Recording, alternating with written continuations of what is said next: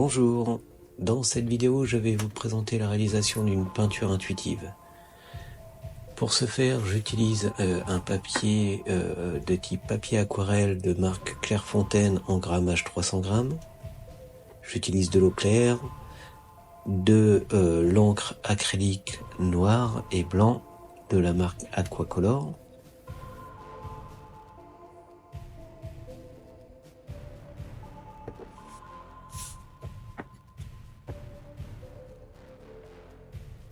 Donc j'utilise très peu de peinture, je mets un petit peu de peinture dans deux coupelles pour les avoir tout de suite sous la main.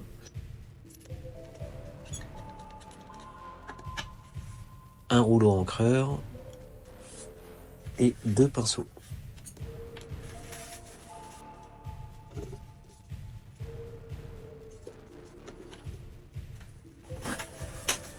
Première étape, j'humidifie le papier. Donc je verse un petit peu d'eau claire dessus. J'en mets en grande quantité pour que le support soit également mouillé. Je laisse un petit peu d'eau en dessous de la feuille pour garder la feuille un petit peu humide et qu'elle colle bien au support pour éviter que la feuille ne gondole.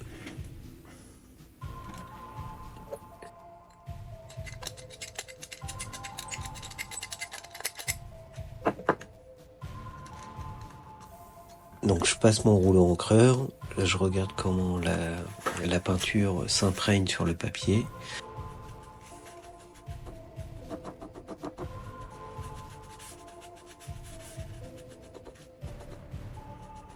J'estompe un petit peu avec un sopalin.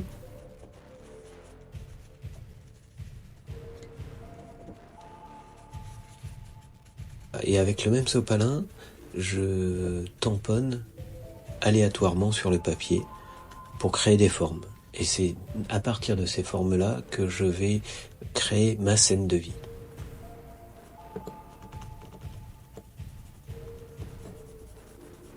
Alors la scène de vie commence à apparaître, on voit qu'il y a un personnage principal, je ne sais pas encore si c'est un homme ou une femme, ce que cette personne est en train de faire, je ne sais pas ce qu'il y a derrière.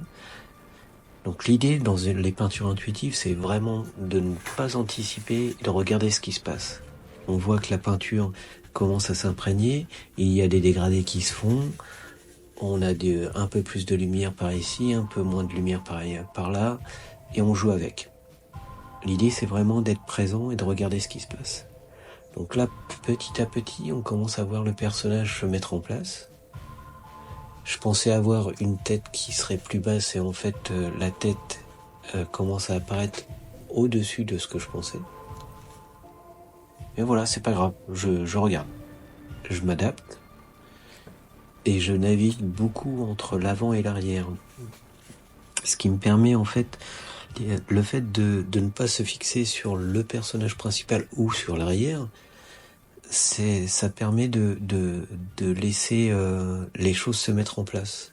En fait, quand je m'occupe de l'arrière-plan, la peinture au premier plan sèche et les dégradés se mettent plus en place. Donc là, on commence à bien voir quel personnage est en train d'être dessiné. Et ainsi de suite. Donc je passe de l'un à l'autre.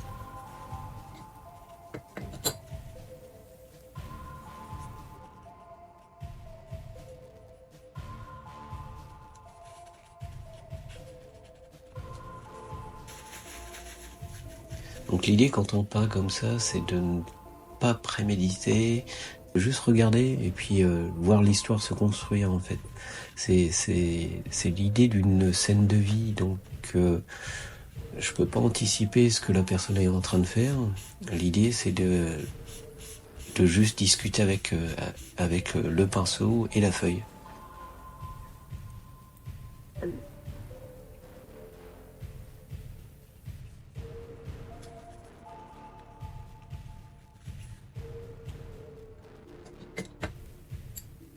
Alors pour ce qui est de l'arrière-plan, c'est pareil, j'essaye de ne pas trop préméditer, je mets des traits aléatoirement et puis je regarde ce qui se passe. Là on voit qu'il y a une pointe qui se met en place, ça pourrait être une montagne ou des arbres ou une maison. Donc là en l'occurrence c'est plus une maison. Mais comme le trait est trop net, donc c'est là que j'utilise le spray.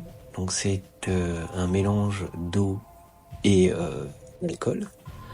Je pulvérise dessus, comme ça remet l'aléatoire complet. On ne sait pas encore comment ça va se diffuser, et l'alcool va se mélanger avec l'eau et avec l'encre, et ça va faire des choses assez sympathiques. En fait, ce qui est marrant quand on mélange avec de l'alcool, c'est que du coup l'eau sèche beaucoup plus vite, et du coup on peut repasser plus rapidement dessus. Donc voilà, le personnage est vraiment en place. Là, je commence à peindre le visage. Donc, il y a une espèce de coiffe dessus. Pour l'instant, c'est pas très clair à quoi ça correspond, mais je laisse aller. Je continue. Donc, les yeux sont bien visibles. Je marque un peu plus les yeux.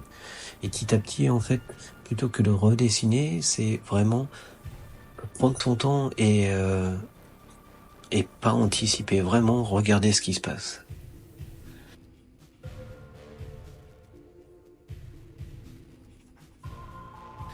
Donc là, il manquait quelque chose en bas, je sais pas pourquoi, j'avais l'impression qu'il manquait un objet ou une personne en bas. Donc avec mon pinceau, j'y vais aléatoirement, et là, je vois que ça ressemble à un petit chien, donc allons-y pour un petit chien.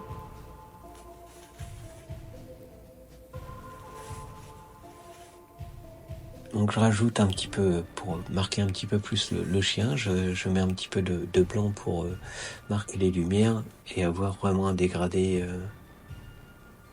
qui puisse bien se représenter la forme du chien. Donc j'aime bien peindre avec mes doigts. Très très régulièrement, j'utilise mes doigts pour avoir un contact, de voir.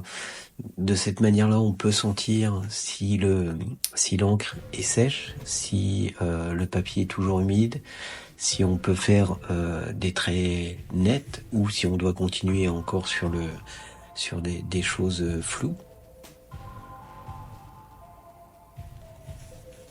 Et ça, c'est super intéressant. Donc maintenant que la peinture est un peu plus sèche, on peut commencer à mettre des pointes de lumière par-ci par-là. Et si je vois que le blanc s'imprègne vraiment très très vite, ça veut dire que c'est pas encore tout à fait sec, que le mélange se fait, donc je laisse aller et je continue sur ailleurs.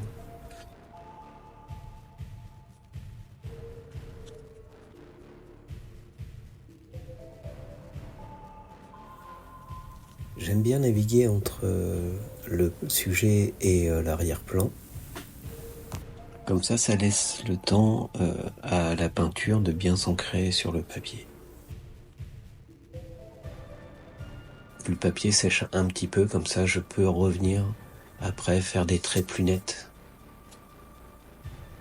Ben voilà, je repars sur l'arrière, ainsi de suite. Je fais des allers-retours entre l'arrière-plan et le personnage principal.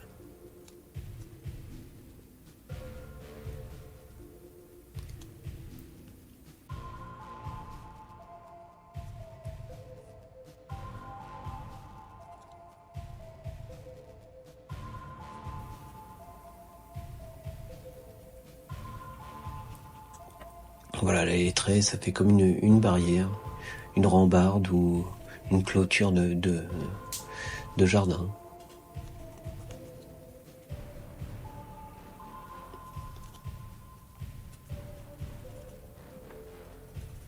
Voilà, là je reprends encore avec le doigt et je rajoute un petit peu de lumière.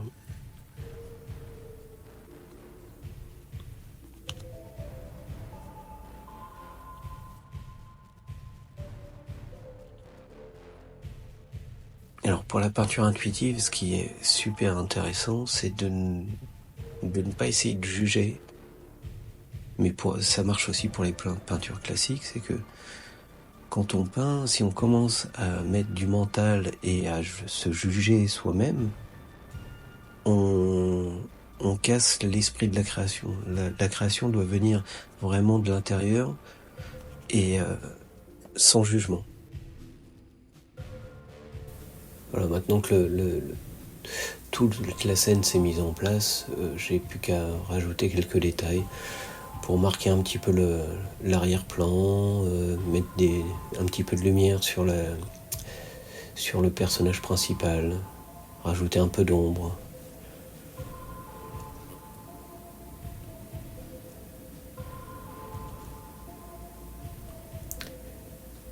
J'aime bien ces petites scènes qui apparaissent comme ça. C'est vraiment une scène de vie captée quelque part. Je sais pas où. Et là, c'est comme si le chien nous regardait en fait. La personne attend son chien, comme si il était resté planté là, soit pour faire ses besoins ou je ne sais quoi. Et lui est en train de nous regarder. C'est assez marrant. Comme si on l'avait interrompu en pleine activité.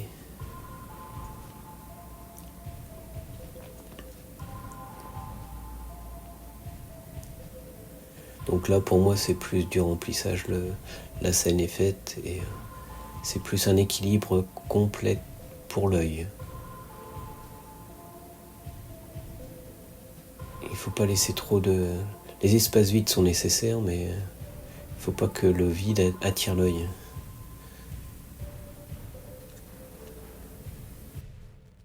Une peinture intuitive a plusieurs étapes. Il y a une préparation. Donc en amont de la réalisation de la peinture, je me recentre, je fais une espèce de méditation et je demande à me connecter soit sur une énergie globale qui va être un événement passé, qui a existé ou non. C'est vraiment travailler sur l'énergie de quelque chose. Ou soit sur une personne donc, qui m'aura contacté avant pour X raisons. Et donc là, je me connecte sur son énergie et sur son problème. L'idée, c'est vraiment de lâcher prise et de ne pas préméditer et de ne pas anticiper. C'est vraiment une discussion entre la peinture, le support et moi. Et ce qui est assez drôle, c'est que des fois, je pense que je vais dessiner un homme, une femme, soit un enfant, enfin ça peut être n'importe quoi. Et au fur et à mesure que la peinture s'imprègne, les formes changent et un homme peut devenir une femme, peut devenir un arbre, peut devenir un animal. C'est pas grave. L'idée, c'est vraiment de discuter et de regarder ce qui se passe. Cette vidéo est maintenant terminée, merci d'avoir regardé. Si vous avez des remarques ou des questions, n'hésitez pas à me laisser un commentaire. À bientôt.